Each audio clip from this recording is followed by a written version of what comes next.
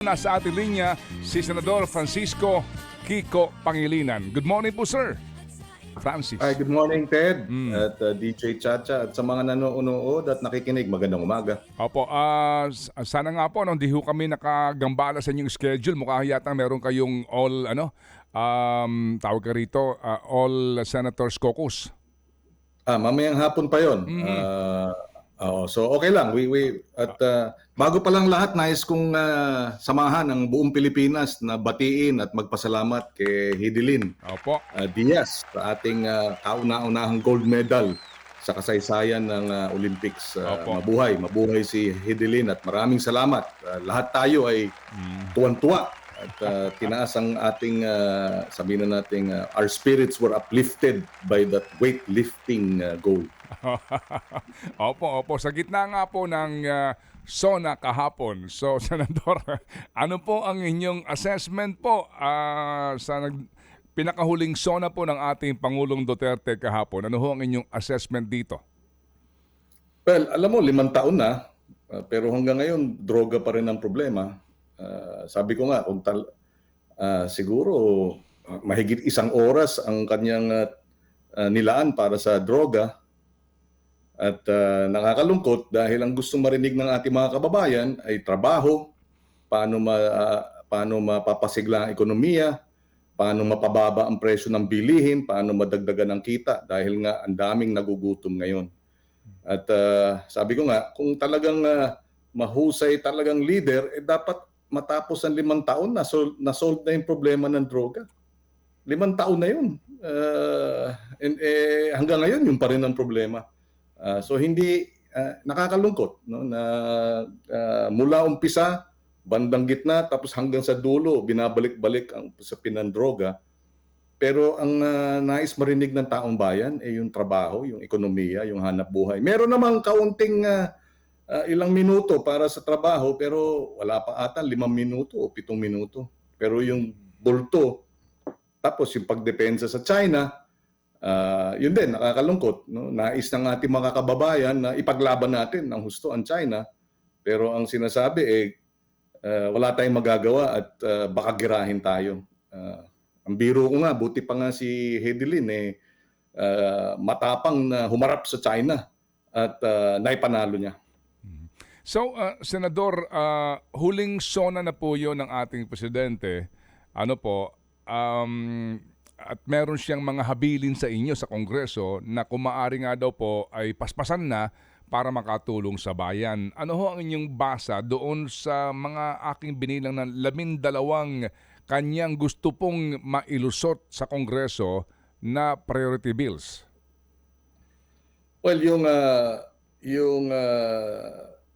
retail liberalization, priority yan, yung public service amendments to the public service law para mapalawig pa ang foreign investment sa ating bansa. Ang dalawa sa mga naisip nilang priority, yung ilan kasi na-certify na pero nasa third reading na o nasa BICAM na. So yun ang naalala kong 2 prioridad. Meron pa atang iba pero ito yung talagang pinupuntirya para sa ating ekonomiya. At least hindi na binalik yung usapin ng death penalty dahil last year yun ang priority. At sa awa ng Diyos, hindi na isinusulong ang dagdag panapatayan sa gitna ng marami nang namamatay. Opo. Ano ho ang inyong tingin doon sa Unified System of Separation, Retirement, and Pension for Uniformed Personnel? Ano ho ang inyong basa ron? Well, malaking hamon yan dahil malaking pondo ang pinag-uusapan dyan. Dahil kung natatandaan ninyo ay inangat nga ang sweldo ng mga kapulisan at ng military.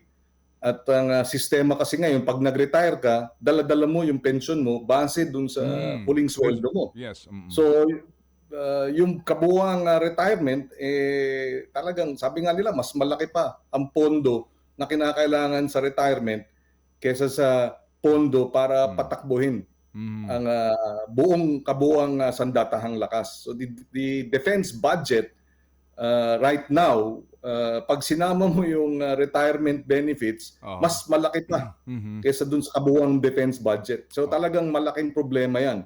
At nakita natin na kulang, di ba? Aha. Matindi na ang ating utang, 11 trillion na. Mhm. So talagang at hinihingi nga sana natin yung Bayanihan 3 para matuloy-tuloy itong at extension ng Bayanihan 2. Pero ang bitiw na salita ng DOF nung panahon ng Committee on the Whole hearing sa Senado ay hahanapan pa nila ng source yung tulong at suporta para sa COVID, para sa ekonomiya.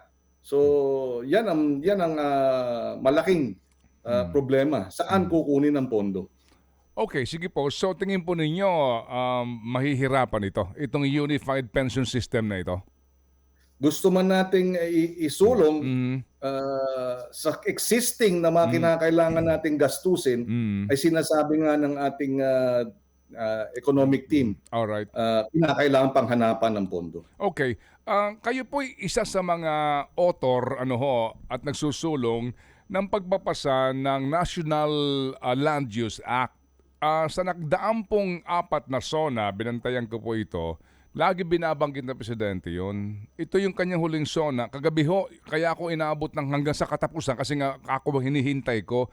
Wala na. Wala na po doon sa prioridad. So, ang ganda ng ngiti ni Senator Kiko eh. So, Senator, ano hong pag-asa ng National Land Use Act na maipasa ngayong pong third and final session ng 18th Congress? Katulad ni Hidilyn, ipaglalaban pa rin natin. At baka sakaling yung tanso maging ginto. Medyo mabigat dahil wala pa hindi pa nailalabas sa komite. At siyempre, alam naman natin ang proseso sa ating legislation. Maikli na lang ang panahon at hindi na certify at hindi rin. At marami pang ibang tatalakayin. Pero ipaglalaban pa rin natin dahil tayo ang principal author. Napakahalaga ng land use plan, lalo na sa food security. Lumalaki ang ating populasyon, pero hindi naman lumalaki ang ating lupa. At dahil dyan, makokompromiso kung lahat nitong mga lupa ay nako-convert from agriculture to commercial, residential, etc. Nakanino ho bang komite ang naturang panukala? Committee on Environment yan. And chaired by Senator Villar. Makikipag-usap tayo at ipa-follow up natin sa chairperson itong panukalang batas na ito. Opo. Sige po. May tanong lang po si Chacha bago tayo magpaalam sa inyo, Senador. Ito lang po at Sure. reaksyon po ng ating mga netizens. Go ahead. Yes, Senator Kiko, magandang umaga po. Tungkol po dun sa... Good morning. Yes, nabanggit po kahapon ng Pangulong Duterte sa kanyang SONA, yung tungkol dun sa pagbibigay ng pensyon sa uniformed personnel. Kayo po ba ay... baka lang kasi na hindi ko lang narinig dun sa 3 oras. Yung pagbibigay naman po ng tulong o pagdagdag ng sweldo sa ating mga healthcare workers. Ano pong masasabi nyo sa pagtrato ng administrasyong ito? Hindi nabanggit yung Yes, hindi nabanggit eh. Ano pong masasabi nyo sa administrasyong ito sa pagtrato naman po sa ating mga healthcare workers? Kasi isa rin yun sa mga inaabangan ko po kahapon. Well, alam nyo, sa ngayon, nag-hearing din ang Committee on Trade at Committee on Economic Affairs ng Senado at yung hospital, parang yung hospital organizations, yung private sector hospital establishments, sinabi, sa ngayon, mga 40%, wala pang 40% ang capacity nila ng mga health workers. Ibig sabihin, kulang ng 70% dahil mababa ang bayad, mas maganda ang offer sa ibang bansa. Yung bayad na nga na mabagal, mababa na nga yung bayad, mabagal pa. At yan ang kinakailangan na natin busisiin. Kaya napakahalaga talaga, sabi nga nila, the single most important piece of legislation is the budget. So dyan natin bubusisiin ulit. Ano ba ang nasan ba ang bottleneck at hindi nabibigyan ng agad na suporta ang ating contact tracers, ang ating frontliners, ang ating mga nurse at ating mga doktor.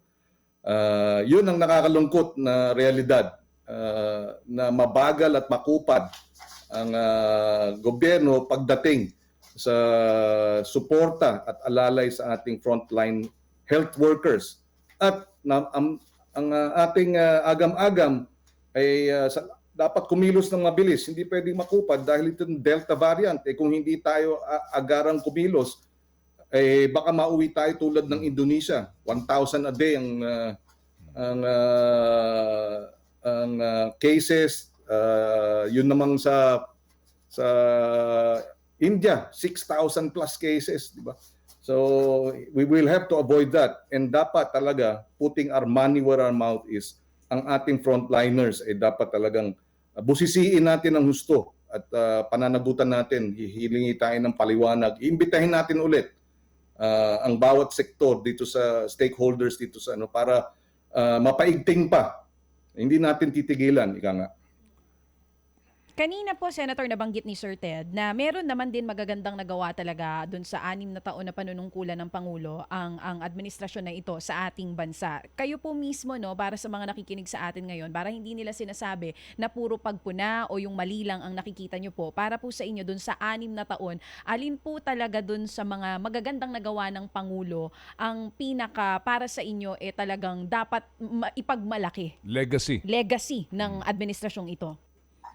Well, lahat naman ng administrasyon mayroong positibong nagawa. Yun din ang nakita natin nung namatay si dating Pangulong Noynoy. Hindi ba? Biglang nagsulputan yung katotohanan na gumanda ang ekonomiya, hindi ba? Naging maayos, di ba? Ang ating palakad sa gobyerno, etc. etc. So kahit itong administrasyon na to, bagamat malaki ang ating mga pagtutol sa ilan, lalo na yung araw-araw na patayan na hindi tama. Halimbawa, yung free irrigation, isa yan. Pangalawa, yung free Tertiary education. At ano lang kailangan din nating isipin na kasi fake news din ang ating hinaharap na wala daw ginagawa ang oposisyon kung hindi bumatikos. Yung free tertiary education, ang nagbalangkas niyan, ang gumawa ng mga hearing dyan, ang nagdepensa sa floor niyan ay si Senator Bam Aquino. Yung universal healthcare na nabanggit kahapon, ang tumalakay dyan, ang nagdepensa dyan at nagsulong niyan ay si Senator Risa Ontiveros. Tayo ang principal author ng Coconut Levy Trust Fund measure. Ako yun, no? At ako rin ang principal author nitong Sagip Saka Act na naipasa na bilyon-bilyong halaga ng pondo ng gobyerno ay dumirekta na sa ating mga magsasaka at mangingisda. So merong mga magagandang nangyari. Yun nga lang, ano ba yung pangako niya? Di ba? Doon ang basehan. Nangako siya na matatapos na ang kriminalidad at ang droga. Pero kahapon, sabi niya, problema pa rin ang droga after 5 years. Problema pa rin ang kurakot. Sabi niya, matatapos ang kurakot. Di ba? Pero sabi nga niyo na, hindi na matatapos ang kurakot. Tinanong nga sa akin, paano mo igagrado? Sabi ko, kung base sa mga pangako niya, yung West Philippine Sea, sabi niya, ipagtatanggol niya. Yung pala, biro lang. Yun ang problema. Sabi ko nga, ayoko nga ibagsak kasi baka isipin ay naku, bagsak, kailangan umulit. Huwag na lang. But anyway, may 1 year pa. Baka mag-repeat. Opo. Kumbaga, hindi pa tapos ang school year. Baka sakaling magkaroon pa ng dagdag na magagandang nangyari para mahusgahan siya ng kanyang legacy. Ako sa akin, last na lang po, no, bago ko ibalik kay Sir Ted. Kanina nabanggit niyo po na ang kupad ng gobyernong ito, sa inyo po nanggaling, sa pagsagot sa kailangan ng ating mga healthcare workers. Bakit po sa tingin niyo, Senator Kiko, tayo naman lahat naniniwala na yung pagpapataas ng sweldo, kailangan din yan ng ating mga militar at kapulisan. Pero bakit laging naiiwan po yung ating mga healthcare workers? Nagtaas na ng sweldo yung mga pulis, ang mga nurses, humihingi pa rin ng konting aumento sa sahod. Bakit po laging nakakaligtaan yung ating mga healthcare workers na siyang kailangan ngayon sa pandemya, pero sa mga pulis at militar kahapon may nabanggit na naman, and the President said yesterday na magpasa ng batas naman na magbibigay ng libreng legal assistance sa mga tauhan nga po ng AFP at PNP, pero wala nga ulit nabanggit regarding the nurses. Bakit po ba laging ang administrasyon, ang gobyernong ito ay focus po dun sa mga pulis, sa militar? Bakit nakakaligtaan yung mga healthcare workers? Well, mula naman nung umpisa, 2016, hindi naman kaila sa lahat na isa sa mga gustong mangyari kamay na bakal, di ba? Ang pamamalakad. kamay na bakal. Pagka kamay na bakal, kailangan mong suportahan yung pulis at yan tinututulan natin mula nung umpisa, itong araw-araw na patayan, yung Oplan Tokhang, etc. Pero kasama yan sa kamay na bakal na polisiya ng gobyerno. Biro mo sa gitna ng COVID, 'di ba? Daang libo ang inaresto. 'Di ba? Anong 'di ba? Dahil nga kamay na bakal, pinasara ABS-CBN, ipinasa yung anti-terror law. Anong kinalaman ng anti-terror law? Tsaka anong kinalaman ng pagsasara ng ABS-CBN sa pagtugon sa problema ng COVID? Dahil nga kamay na bakal ang sistema. Pero ano nga ba ang naging resulta ng kamay na bakal? Pinakamahabang martial law sa Mindanao, 2.5 years, tinutulan din natin yan. Pero anong resulta? Hanggang ngayon, 4 na taong mahigit na yung Marawi. Rehabilitation pa rin ang pinag-uusapan. Hindi ba? Nabanggit yun. Diba? Wala pa atang 20, 30 o 30% ata ang rehabilitation after 4 years. So, kamay na bakal ulit. So, yun ang sagot ko sa tanong ninyo. Ang priority ng gobyerno ay isang patakaran na yung militaristic, yung naging approach sa COVID, ay ayan ang resulta. Kulela tayo sa Southeast Asia. Sa dami ng kaso. At sabi nga hindi na ako nagsasabi nito, World Bank na nagsasabi nito, tsaka Fitch at Moody's ratings, credit rating agencies.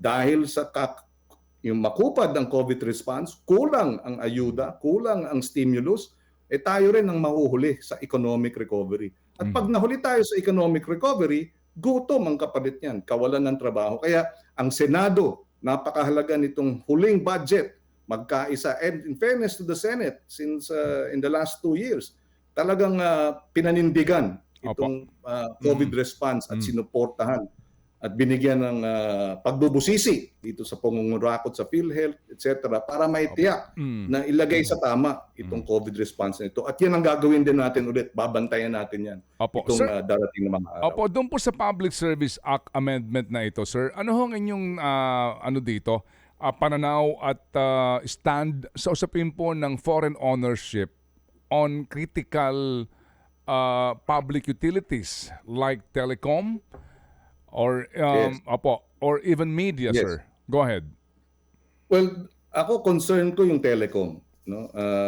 Dahil lahat ngayon digital na, di ba? Talagang papunta na tayo dun sa napakalawak na ng abot ng digital sa kasuluk-sulukan ng buong Pilipinas. And yung security dun sa digital, nangangamba tayo na pag China telco halimbawa, pwede ng 100% China-owned. Di ba? Sa kanila na ang kuryente, sa kanila na ang Transco, sa kanila na ang telco, baka talagang yung invasion, soft invasion, kompleto na. So I'm concerned and I will vote. Ako, yun ang posisyon ko. Hindi dapat magkaroon ng 100% ownership ang telco because of security consideration. So you still believe na majority dapat ng ownership Filipino pa rin? Yes, for telco because of the national security concerns. All right. Hindi biro. Opo. Na ang ating telecommunications, napaka-sensitive niyan, pwede yang masabotahe. Ang nangyayari ngayon, itong cyber warfare, talagang ang mga negosyo, ang mga industriya, maraming mga hacking. Opo. And wala pa tayong kapasidad. Lumabas din yan sa mga hearing ng Public Service Committee na yung capacity natin for cybersecurity ay sineset up pa lang. At yan ang dapat nating bantayan. Hindi biro itong cybersecurity issue dahil may kinalaman ito sa national security, lalo na may nag-aagaw ng ating karagatan na gagamitin ang kanyang kapangyarihan para, di ba, yung kanyang agenda itulak niya. 66 days before October 8 po, last day ng filing ng COC. Kumusta, sir, ang Liberal Party para po sa inyo pong pag-endorso ng inyong pambato sa Panguluhan? Well, unang-una, siyempre, ang kandidato pa rin natin, ang gusto nating kumandidato ay si Vice President Leni. Napakita niya nitong nakaraang COVID na talagang nakatutok siya sa pagsolusyon sa mga problema ng COVID. Na yun naman ang hinahanap. Pati trabaho, pati hanap buhay, nabigyan niya ng trabaho ang ilang mga tricycle driver na nagde-deliver nung mga benta ng vendor direkta sa mga bahay dahil nga lockdown, may programa siyang ganyan, yung programa ng PPEs, yung pagtutok sa problema ng ating mga health frontliners, binigyan din niya ng oras at panahon yan sa napakaliit na budget. So siya pa rin, at ako'y naniniwala sabi nga nila, nung una, 1% lang siya, pero nung nalaman ng tao habang siya ikot ng ikot, pataas ng pataas, at hindi siya, marunong siyang manalo. Di ba? Nung tumakbo siya ng congresswoman, tinalo niya yung isang dynasty sa Camarines Sur. Nung tumakbo siyang vice president, dynasty rin. At makapangyarihan at malaking pondo ang binuhos laban sa kanya, pero naipanalo pa rin niya. So we are working on unity. Sabi rin niya na kinakailangan magkaisa ang mga ang mga hindi sumasang-ayon sa palakad ngayon. Opo. At nais magbigay ng alternatibo, magandang magkaisa. And right now, as we speak, although I cannot divulge more than what I should, I cannot divulge more, talagang yung mga personalities mini-meeting ng ating Vice President para magkaroon ng exploratory talks. Nagkakaroon na ng mga meeting this week, last week, para dito, para mapalakas natin yung hanay ng mga maaring magkaroon ng pagkakaisa. Ang last point ko, yung huling survey, 28%, Pulse Asia, yung leading sa presidential, 28%. Pero pag sinama mo nga yung 14%, 10%, 8%, 6%, 4%, 2%, 2%, 46% yun. Kung lahat yun magkaisa, kasama na dyan si Vice President, nandyan si Isko Moreno, nandyan si Grace Poe, nandyan si Ping Lacson, Sunny Trillanes, Jojo Binay. Pag sinama mo yung lahat yan, 46% yan. So ibig sabihin hindi unbeatable yung frontliner. Kayang magkaroon ng pagkakaisa na maipanalo para magkaroon ng mas masinop na COVID response, mas masinop na economic recovery program na talagang matututukan ng gusto yung pangunahing mga problema ng ating mga kababayan. Salamat sa panahon, Senator Kiko, at muli ho kami makikipag-ugnayan kapag ho kinakailangan para ho tayo magbalitaan at malaman po ng taong bayan ang mga nangyayari po sa Senado. Salamat, sir. Salamat. Ito na lang, mabilisan lang. Go ahead. Register and vote. Register. Ang deadline September 30. Opo. 13 milyon pa ang hindi rehistrado base sa datos ng COMELEC. 13 milyon hindi pa rehistrado. Magparehistro na. Huwag nang hintayin yung deadline at baka magkaroon pa ng napakaraming mad rush. Register and vote. 13 million pa kayo, hindi pa kayo rehistrado. Ngayon ang panahon. Maraming salamat. Magandang araw. Opo, Good thank morning. you. Thank you, and thank you for reminding us. Ted Filon at DJ Chacha. Ngayon, nasa Radyo 5, 92.3 News FM. Monday to Friday, 6 to 10 a.m.